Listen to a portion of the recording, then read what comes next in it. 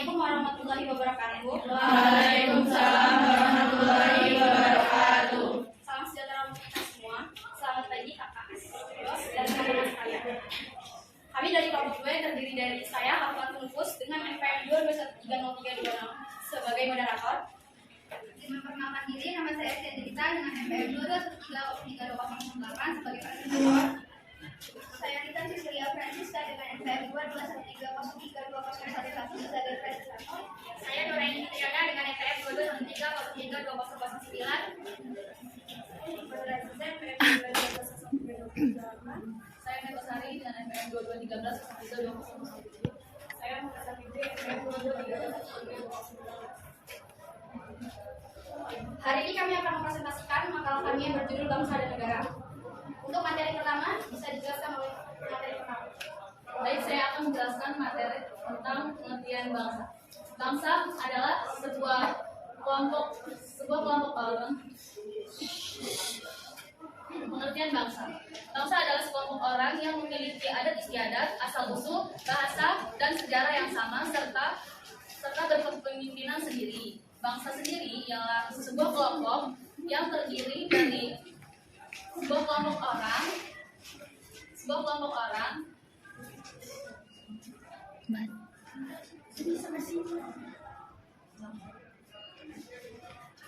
adalah sekelompok orang atau bangsa adalah sekelompok orang yang memiliki asal-usul, adat istiadat, bahasa, dan sejarah yang sama dan berkepemimpinan sendiri. Bangsa adalah sekelompok orang yang biasanya disatukan oleh kesatuan bahasa dan wilayah tertentu di bumi. Terima kasih Meta atas penjelasannya. Untuk materi selanjutnya materi kedua. Di sini saya sebagai presentator kedua akan mendefinisikan pengertian negara. Menurut Kamus Besar Bahasa Indonesia, pengertian negara dibagi menjadi dua. Yang pertama, negara adalah suatu organisasi yang memiliki tingkat kekuasaan tertinggi dan ditaati oleh masyarakat. Yang kedua, negara adalah suatu kelompok sosial di bawah organisasi, lembaga, partai politik, dan juga pemerintahan yang berdaulat. Selain itu, pengertian negara juga didefinisikan oleh beberapa ahli, seperti Roger yang menyatakan bahwa pengertian negara adalah alat untuk mengatur persoalan-persoalan bersama masyarakat. Kemudian Max Weber yang mengatakan bahwa negara adalah suatu masyarakat yang memiliki hak monopoli dalam penggunaan kekuasaan fisik secara sah di dalam suatu wilayah. Terima kasih. Terima kasih penjelasannya Esti. Untuk materi selanjutnya akan dibacakan oleh kita sendiri. Selanjutnya adalah unsur-unsur terbentuknya negara. Jadi unsur-unsur terbentuknya negara itu terbagi menjadi 4. Yang pertama, wilayah. Yang kedua, rakyat. Yang ketiga, pemerintah yang berdaulat. Dan yang keempat adalah pengakuan dari negara lain. Untuk wilayah itu terbagi menjadi 2. Yang pertama, wilayah daratan dan lautan.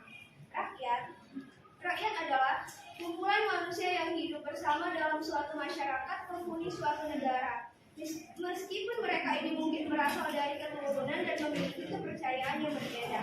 Yang ketiga adalah pemerintahan yang berdaulat. Dalam arti luas, pemerintah adalah gabungan dari semua badan kenegaraan, yaitu eksekutif, legislatif, dan yudikatif yang berkuasa pemerintah di wilayah suatu negara. Dan yang keempat adalah pengakuan dari negara lain. Pengakuan oleh negara lain didasarkan pada hukum internasional. Pengakuan itu bersifat deklaratif atau evidenter, bukan konstitusi. Baik. Terima kasih penjelasannya. Kita untuk materi selanjutnya akan dibacakan oleh Fitri. Baik, selanjutnya yaitu bentuk negara Indonesia. Negara Indonesia merupakan bentuk negara kesatuan. Negara kesatuan yaitu bentuk negara yang sederhana tetapi menghasilkan negara yang berdaulat baik dalam atau luar. Terdapat beberapa ciri-ciri negara kesatuan yaitu terdapat pemerintah pusat yang memiliki kedaulatan baik ke dalam atau keluar. Yang kedua yaitu terdapat suatu undang-undang dasar yang berlaku di seluruh wilayah negara. Dan yang ketiga yaitu terdapat satu kepala daerah kepemerintahan. Dan yang terakhir yaitu terdapat suatu badan rakyat pemerintah. Negara kesatuan adalah sudah dianut oleh Indonesia sejak proklamasi kemerdekaan Indonesia tanggal 17 Agustus 1945. Negara kesatuan adalah bentuk negara yang sifatnya tunggal dan tidak tersusun atau terbagi dari beberapa negara yang memiliki kedaulatan atau terbagi dari beberapa negara yang memiliki kedaulatan dan kewenangannya berada pada pemerintahan pusat. Hal ini sesuai dengan pasal 1 ayat 1 Undang-Undang Dasar 1945 yang berbunyi negara kesatuan Indonesia yaitu berbentuk republik. Dan ayat kedua yaitu kedaulatan berada di tangan rakyat dan dilaksanakan menurut Undang-Undang Dasar. Kedaulatan berada di tangan rakyat artinya Indonesia memanut sistem demokrasi yang dalamnya menjalankan pemerintahannya. Terima kasih penjelasannya Fitri. Untuk materi selanjutnya akan dijelaskan oleh Iman. Baik, selanjutnya proses terbentuknya negara. Asal mula terbentuknya suatu negara dapat dibedakan menjadi 3 proses. Yang pertama secara primer, yang kedua secara sekunder, dan ketiga secara teoritis. Yang pertama secara primer, terjadinya diawali dengan adanya keluarga yang memenuhi kekuasaan masing-masing. Adapun tahapannya yaitu persekutuan masyarakat atau suku, kerajaan, negara, dan negara demokrasi. Yang kedua, secara sekunder, terjadinya suatu negara lebih pada pendekatan nyata atau kenyataan. Terdapat macam-macam asal mula terjadinya negara sekunder yaitu proklamasi, separatis, invasion, sesi, fusi, aktivase, dan penduduk atas wilayah yang belum ada pemerintah sebelumnya. Yang ketiga, secara teoritis. Terdapat beberapa teori tentang terbentuknya negara, yaitu teori tentang sosial, teori kekuatan, teori ketuhanan, teori historis, kedaulatan hukum. Terima kasih penjelasannya Ima. Untuk materi terakhir akan dijelaskan oleh Baik, materi terakhir yaitu proses terbentuknya negara Indonesia. Proses terbentuknya bangsa dan negara Indonesia melalui suatu proses yang begitu panjang. Sejak masa sebelum bangsa asing menjajah Indonesia seperti masa kejayaan Kerajaan Kutai, Sriwijaya, Majapahit, dan kerajaan-kerajaan lainnya. Kemudian datanglah bangsa asing ke Indonesia, maka bangsa Indonesia saat itu bertekad untuk membentuk suatu persekutuan yang disebut bangsa. Sebagai unsur pokok negara melalui Sumpah Pemuda pada tanggal 28 Oktober 1928. Prinsip-prinsip negara Indonesia dapat dikaji melalui makna yang terkandung dalam pembukaan Undang-Undang Dasar 1945. Kita dapat mempelajari serta menelaah dokumen kenegaraan Indonesia. Di antaranya adalah pembukaan Undang-Undang Dasar 1945, terutama pada alinea 1 sampai 3. Yang dapat dijelaskan sebagai berikut. Alinea 1 menjelaskan tentang tata belakang terbentuknya negara dan bangsa Indonesia. Alinea 3 menjelaskan tentang kedudukan kodrat manusia Indonesia sebagai bangsa yang religius. Baik, sekian penjelasan dari kami. Jika ada yang ingin ditanyakan, kami persilakan. Dari materi yang sudah dijelaskan tadi mengenai bangsa dan negara, saya ingin bertanya, apa sih bedanya antara bangsa dan negara? Sekian, terima kasih. Baik, sebelumnya izin memperkenalkan diri, saya Aisyah Sucilingrup, NPM 2213932024. Seperti yang sudah dijelaskan oleh rekan Nur tadi, bahwasanya kedaulatan berada di tangan rakyat, itu kan tinggi. Terus sambutannya dengan yang sudah dijelaskan tadi itu, mengapa bisa hakikat negara itu bersifat memaksa dalam materi ini? Terima kasih. Baik, sebelumnya izin memperkenalkan diri, saya Feni Sundari dengan NPM 2213032032. Izin bertanya, menjelaskan maksud dari konsep dasar wilayah kelautan. Terima kasih. Isi waktu untuk menjawabnya. Diam. Terima kasih untuk teman-teman semua pertanyaannya. Silakan kami untuk menjawabnya. Silakan untuk peserta menjawab pertanyaan dari Rozia. Pertanyaannya, apa bedanya bangsa dan negara? Jawabannya, perbedaan negara merupakan suatu organisasi besar yang teratur, sementara bangsa hanya sekumpulan masyarakat. Negara memiliki legitimasi dalam mengatur dan memaksa masyarakat, sementara bangsa tidak.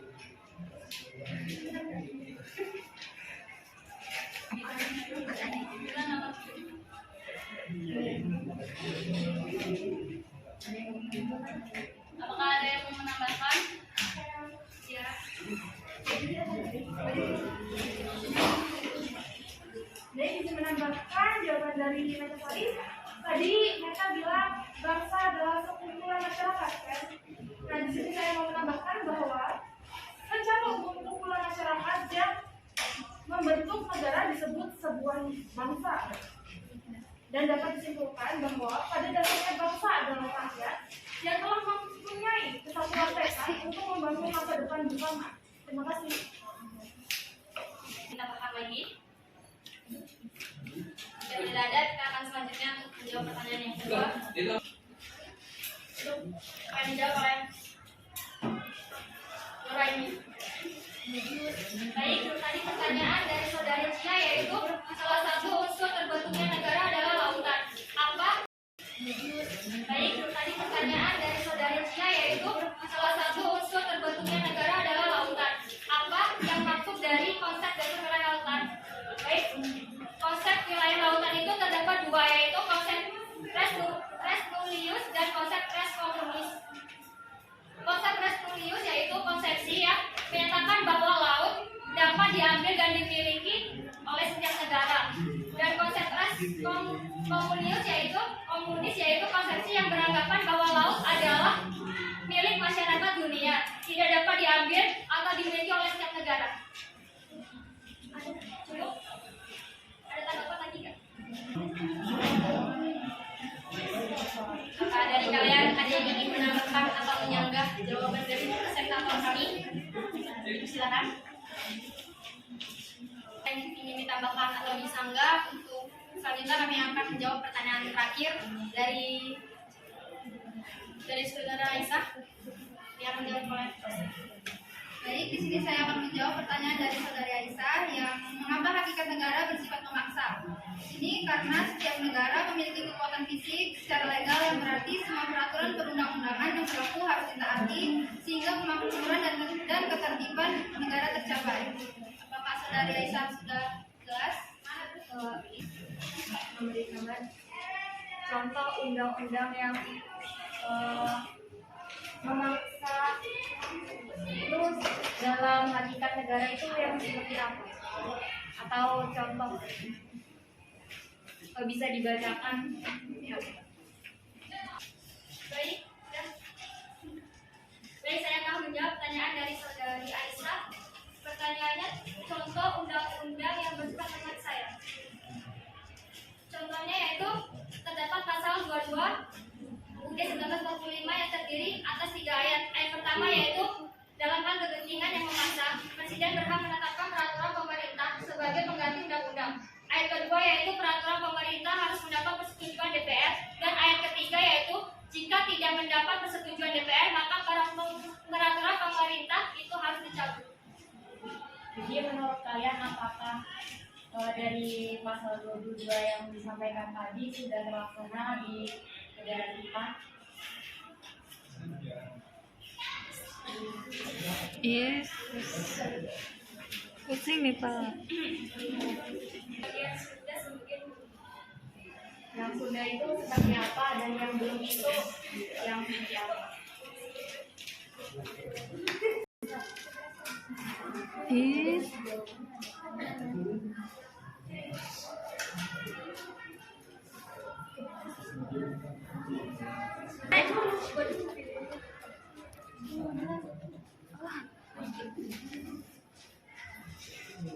Jika ada teman-teman yang ingin menanggapi pertanyaan dari Aisyah, silakan. Menanggapi pertanyaan dari Aisyah tadi, bahwasannya ada yang terlaksana dan belum terlaksana. Kita ambil saja contoh dari anak anggota Ditjen Pajak RI yang sekarang ini. Bahwasannya dia sendiri ada mobil Rubicon yang dia nggak bayar pajaknya. Sedangkan kita rakyat biasa disuruh untuk bayar pajak. Padahal bapaknya sendiri adalah petinggi Ditjen Pajak RI. Itu adalah salah satu contohnya menurut saya itu. Dia kan anaknya nggak bayar pajak, sedangkan bapaknya itu petinggi pajak. Nah, sedangkan kita rakyat kecil harus membayar pajak. Pertanyaannya itu dari pasal itu yang sudah terlaksana apa dan yang belum terlaksana apa? Ya itu yang terlaksana kan kita sebagai Dan itu warga dari negara. pasal berapa? Pasal yang disebut tadi 22 ayat. Ayat berapa? 22 ayat 22 apa tadi? 22 ayat 1. Ayat 1 dan 2 ada 3. Ada 3 di antara Jadi ini ya, tapi kan pasal 22 ayat 1, 2, 3 itu dalam hal ihwal kepentingan yang memaksa, Presiden berhak menetapkan peraturan pemerintahan sebagai pengganti undang-undang. Yang kedua yaitu peraturan pemerintah itu harus mendapat persetujuan Dewan Perwakilan Rakyat. Yang ketiga, jika tidak mendapat persetujuan. Nah, pasal 1, 2, 3 ini menurut saya kurang cocok untuk disampaikan dari masalah yang aku jelaskan tadi. Terus tadi rekan Nur Hayati kan pasal 1, 2, 3 ini sudah terlaksana apa belum? Beliau itu menjawab ada yang sudah, ada yang belum. Nah, dari pasal 1, 2, 3 ini yang sudah terlaksana itu yang mana dan yang belum yang mana? Terima kasih. Izin menambahkan lagi, dari yang sudah saya jelaskan tadi, ternyata itu masuk ke dalam pasal 23A yang berbunyi pajak dan pungutan lain bersifat memaksa dan keperluan negara diatur oleh undang-undang. Jadi bukan yang dijelaskan Nuraini tadi. Dia masuknya ke pasal 23A. Sekian, terima kasih. Jadi saya izin menambahkan pertanyaan dari Aisyah. Jadi yang belum terlaksana itu pasal 22 ayat 1 dan yang sudah terlaksana itu pasal 22 ayat 2 dan 3. Contohnya adalah Omnibus Law. Terima kasih. Menambahkan dari Dan keperluan negara diatur oleh undang-undang. Jadi bukan yang dijelaskan Nuraini tadi. Dia masuknya ke pasal 23A. Sekian, terima kasih. Jadi saya izin menambahkan pertanyaan dari Aisyah. Jadi yang belum terlaksana itu pasal 22 ayat 1 dan yang sudah terlaksana itu pasal 22 ayat 2 dan 3. Contohnya adalah Omnibus Law. Terima kasih. menambahkan dari saudari Rifka, menurut saya pasal 1 itu sudah terlaksana. Soalnya peraturan pemerintah sebagai pengganti undang-undang itu menurut saya sudah terlaksana sih. Yang kedua itu peraturan pemerintah itu harus mendapatkan persetujuan Dewan Perwakilan Rakyat. Iya benar, itu sudah terlaksana. Dan yang ketiga yaitu jika tidak mendapat persetujuan maka peraturan pemerintah dicabut. Belum sih. Itu kalau menurut saya itu belum pasal 3. Udah. Bagaimana saudari Aisyah? Jadi bisa disimpulkan tadi kalau dari sudut pandang yang berbeda bahwasanya jawabannya juga berbeda. Kalau dari saudara Rinka yang belum terlaksana itu pasal 1, kalau dari saudara pemateri itu yang belum terlaksana pasal 3. Jawabannya subjektif. Udah. Terima kasih. Sekian pembahasan dari kami. Dapat disimpulkan bahwa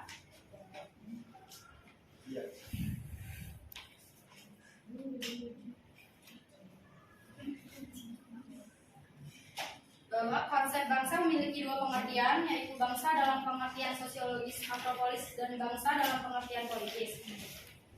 Negara adalah suatu wilayah di permukaan bumi yang kekuasaannya baik politik, militer, ekonomi, sosial maupun budayanya diatur oleh pemerintahan yang berada di wilayah tersebut. Secara umum dalam konsep teori modern dan negara terbagi ke dalam dua bentuk, negara kesatuan dan negara serikat. Sifat negara secara umum yaitu sifatnya memaksa, memonopoli, dan sifat mencakup semua. Sekian dari kami. Terima kasih atensinya teman-teman. Kami akhiri. Wabillahi taufiq wal hidayah. Wassalamualaikum warahmatullahi wabarakatuh. Waalaikumsalam warahmatullahi wabarakatuh.